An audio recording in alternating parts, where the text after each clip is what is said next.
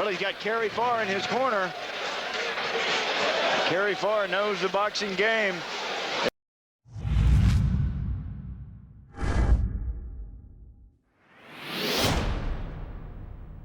I'm Kerry Farr. Welcome to In Your Corner. We got a Georgia boy joining us tonight that's got a fabulous voice. He sings like that Alan Jackson. I'm talking about Ray Shavers. Ray, thank you so much for joining me on In Your Corner. Man, it's a pleasure being here. I'm glad you invited me in here to have this interview. I don't get invited to too many things. Well, I've heard you sing. I like to, be one of them guys that before they meet them before they're famous, right? Yep. You're up for a Josie Award this weekend. I am. Yeah, I got nominated for Country Male Vocalist of the Year. Oh, fabulous! So hopefully I'll bring an award home. Well, yeah. So tell us a little bit about your background. How long you've been singing? Your life growing up in Georgia. I've been singing since I was a kid. My dad was a musician, and ever since I got my first guitar when I couldn't even walk really, and I was playing along with my dad when I was 13, and I was playing the lead guitar in a nightclub when I was 15, 16. I wasn't even old enough to be in there, and I just been playing all my life, been writing songs all my life, and I got a pretty good bit of songs that they're finally getting out there. Well, good. You had some great singers come out of Georgia. Let's see. You got that Alan Jackson fella. Yeah. He's from my hometown, Noonan. Oh, that's where I've heard Noonan, Georgia. Yeah. Alan Jackson, and you've got John Berry, and then Gladys Knight and the Pips. I guess those all got. I think Travis Tritt's from Marietta or somewhere around that area. Yeah. Well, that's not like Noonan, no. I mean, that's hot Atlanta there. My son-in-law's from Marietta, and I used to travel to Atlanta a lot. And when I was in Atlanta, I'd stay in Marietta because I liked being out of the city instead of in the city. Right. Tell us a little bit about Noonan, Georgia, and growing up down there. Oh man, I have been doing floor covering all my life. It's a hard job. What kind of floor covering? I do the LVPs. I started off with my brother laying carpet. Yeah. And so you can kick it in pretty good, huh? I used to. I can't do it no more. Hurts the knee. And now I do LVPs and the hard surface floors, staple down, stuff like that. So I'm still a hard worker. I play music on the side, and we're finally breaking away with the music, and it's coming along. That's great. Do you go up to Dalton and buy your stuff to install? I'm a subcontractor. I work for a couple of stores around Noonan. So they supply you the material and you put it in. I remember many, many years ago driving down to Dalton to get some carpet for a business I owned. And I guess you could buy it a little cheaper there, but most people don't know it. But Dalton, Georgia is the carpet capital of the world, I think. It is. I went in there one time. It's like 56 acres under roof. Yeah, that's a big place. Well, you've tried to, we have so many friends in the music business here in Nashville. Of course, a common friend, Vicki Lynn, who's got a beautiful voice and, written some beautiful songs as well, introduced us. But, it's a hard thing to break into big time country music, isn't it? Yeah, it is. Very hard. So what types of gigs have you been playing all of these years? Just your standard bar gigs, and I really don't like playing the bar gigs that much. So I've had an opportunity. My wife was a events coordinator. She's recently retired, and I've opened up for several big artists where she was working at. And here recently, August of last year, I had a big show in Noonan at the Wadsworth Auditorium. It seats like 600 people, and we almost sold it out. Just from people around there that knew me. That's good for a small town, isn't it? Yeah, that's a lot of people for a small town. How big is Noonan? It's getting big. It's getting big right now, but yeah, I don't know. It's probably 20 miles across. Yeah, so it's a pretty good sized city. What else can you tell us about, your award and what's going on this weekend? Well, I just been plugging away at my music, and I put it out there, and somebody put me out as a nominee, and then they called me up and told me that I was one of the nominees for male country vocalist, and I really don't know that much about the Josie Awards until this year. Yeah, I think the Josie Awards are a prominent, award. There's a lot of them, and so it's just nice to be recognized, I think. Yeah, it is. And the good thing about coming to Nashville is that there's a lot of people that you can meet here that can advance your career. Yeah. Yeah, I've always had big dreams of being acknowledged, and this is a pretty good step in the right direction right here. There's going to be some big folks up here, and just being a part of it, man, that's a blessing right there. Just being nominated, whether I win or not, it don't matter. Just being nominated, yeah. Being I mean, have them call your name at a Yeah. prestigious awards like the Josie Awards. What songs have you done that are your favorite? Oh man,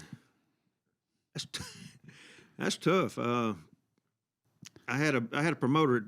He wanted me to send him 3 of my best songs, and I'm like, man, that's hard for me to pick. So I sent him my whole CD, and he called me back after about an hour listening to it. He said, "Ray, you're right." He said, "Man, I don't know which one's the best." He liked them all. He liked them all. But I got one right now that's it's called "She Ain't You," and that's the one that got me nominated for the male country vocalist. That's one of my favorites, and right now I have a song on Cashbox Music Charts. It's number 56 on Cashbox. It's called "Drink or Gone." It's going pretty good. But man, I don't know. It's just hard for me to pick my favorite. Pick your favorites.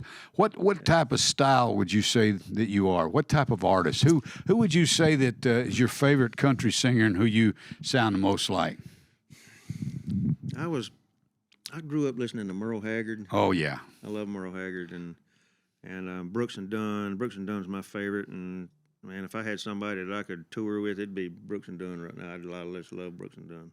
well, Just their Ronnie style. Dunn has a house about 5 miles from here, just right up White Bluff Road. So he's got a house out here in the country, and boy, those guys had some amazing hits. Yeah. You mentioned 2 of my favorites too, Merle Haggard. I grew up with Merle Haggard, and I mean, what an amazing talent he was. Yeah, man, it's just pure country right there. Yeah. I've had Bill McDermott. He's a big producer that produced my CD for me. He told me that I had like a 90s sound, and he said it's coming back. So I don't know. Well, I've heard you, and I think you're more traditional country. And today, so many people say that these musicians in Nashville today, aren't country anymore. It's Yeah, it's got a lot of hip hop in it. I think not hip hop, but pop country. yeah. It's not really my favorite, but everybody's got their own style. And Alan Jackson, as big as he's been, I mean, I think this is what's wrong with the music industry.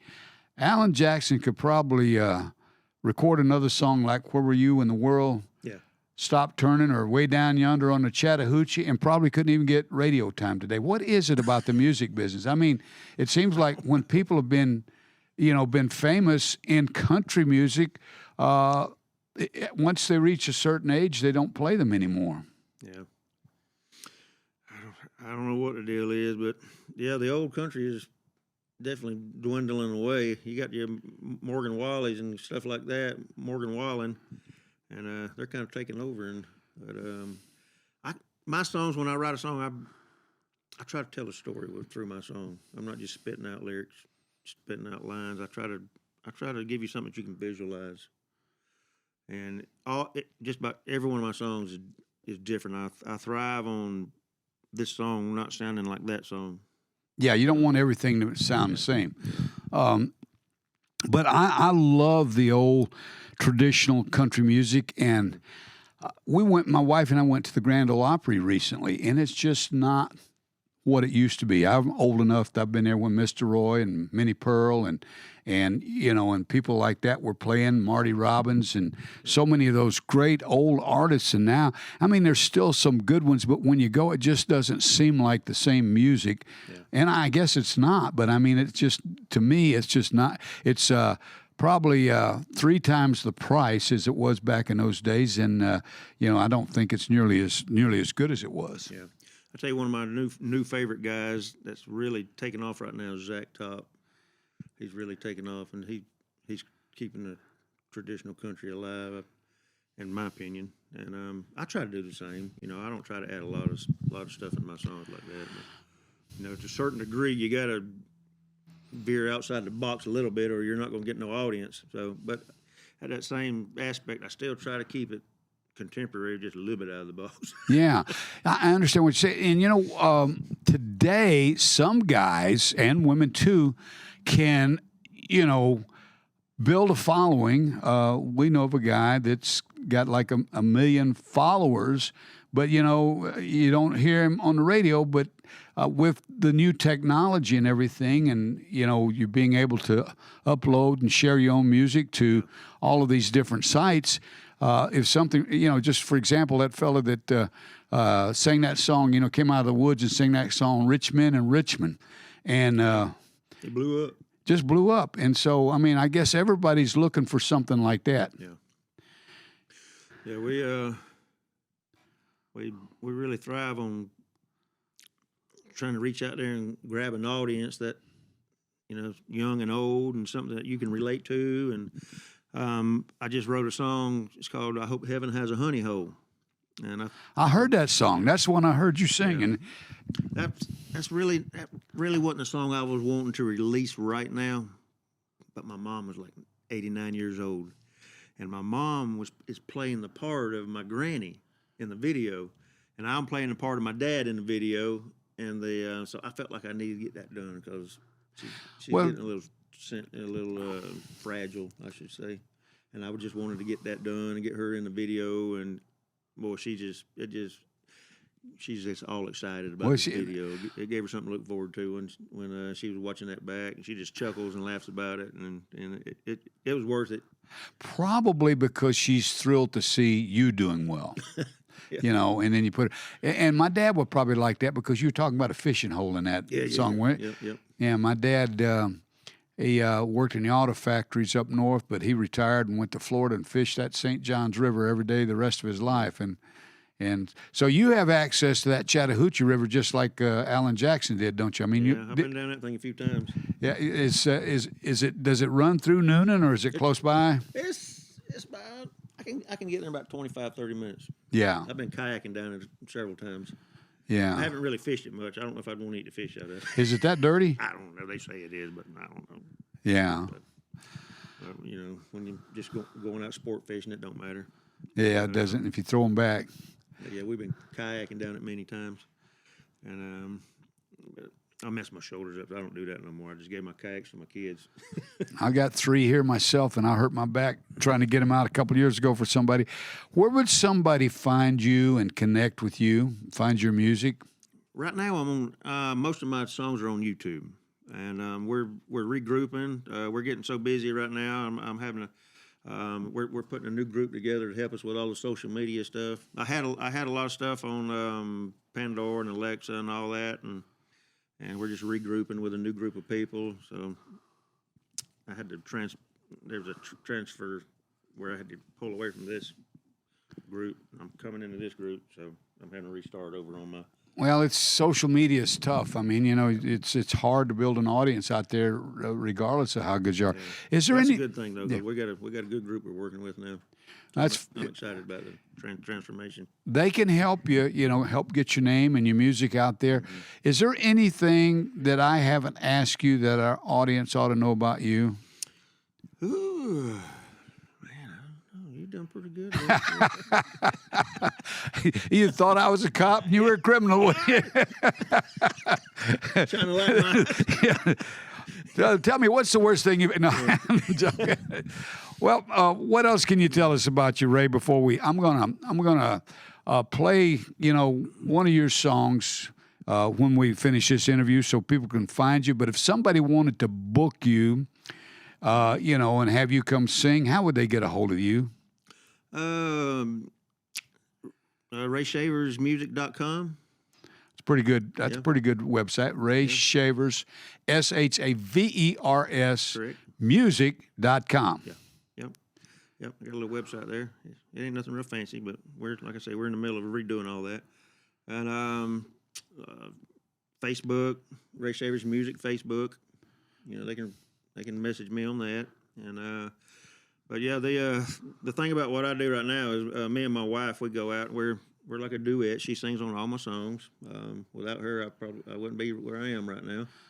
Well, George Jones and Tammy Wynette didn't do too bad either, did they, when they singing together? No, they didn't. Yeah. Just one of them hits would be good, wouldn't it? Yeah. So I got my wife by my side, so that's a plus. A lot of fellas go out and try to do the business, and it winds up tearing their relationship apart. But when we go out and play, You're going together. I think it actually builds our relationship. You know, Yeah. I think we're happier playing music and going out than we are just sitting around the house. So. Well, my wife and I, we both lost our spouses 4.5 years ago, and she and I got married 3.5 years ago. And so when we, I don't sing, but we do a live stream every Monday night where we have a prayer meeting, and then every Thursday night we have a concert and have people come sing. And she's a big part of that because she sings, and she'll even preach every now and then. If you stand around and listen long enough, she'll start preaching at you. So she's been a great teammate too. So it's always wonderful when you've got a partner that you can work with, and do things together. Yeah, it is. Have you got anything special coming up other than Josie Awards that you'd like to announce? Yeah, we had a concert coming up next Saturday in Phenix City, Alabama. It's at the Phenix Drag Strip, and there's going to be 3 bands opening up before I go on. They're going to have a kids zone and all kind of vendors out there, beverage vendors and food vendors. It's going to be a good show. Sound like it will be. How far is Phenix City, Alabama from Noonan? It takes me about an hour and 25 minutes to get there. So it's not that far. You guys, Noonan's must be in western Georgia then, or pretty close to Alabama line. If you're going, it's like going towards Panama City. If you ever go down 431, Yeah. You cross over the river right there in Columbus, Mm-hmm. and you hit Phenix City. I just remember when I was a kid, my granddad was living up north, but he was originally from Mississippi, and there was a movie called The Phenix City Story where some murder had happened in that town. Yeah. And he said he wanted to go see that. So my uncle and my granddad and I all went to the theater to see that movie in black and white. I bet you can't even find a Phenix City Story anymore, but we went to see it. Well, listen, we wish you the absolute best at the Josie Awards, and we hope you win, and we hope somebody contacts you and invites you to come sing on something really big. That'd be great. But yeah, that I didn't tell you this, but that concert coming up is November the 8th. November the 8th. November the 8th, and it's called the Southern Music Festival in Phenix Drag Strip in Phenix City, Alabama. Will it be outside? Yes. Outside, got a big stage, top on it, professional sound guy. So in Nashville this time of year, it's already getting a little cold, but I suppose Phenix City's far enough south that the weather will still be pretty good down there. It ain't gonna be too bad, I don't think. It ain't gonna be bad at all. We don't really start getting cold around our house until really around January. I mean, we've had snow on the ground January, February. So. We do too. I don't like. I wish I was 1,000 miles further south in the winter, like out in the Caribbean somewhere. Yeah, around December, Christmas time, we're going, man, it don't feel like Christmas. No white Christmas, right? I think we need to have a leap month. There you go. And move the calendar back 1 month. Yeah, there you go. That sounds like a plan. Well, Ray, thank you so much for joining me on In Your Corner today. I'll shake your hand, and we'll wish you the best. Yes, sir. Thank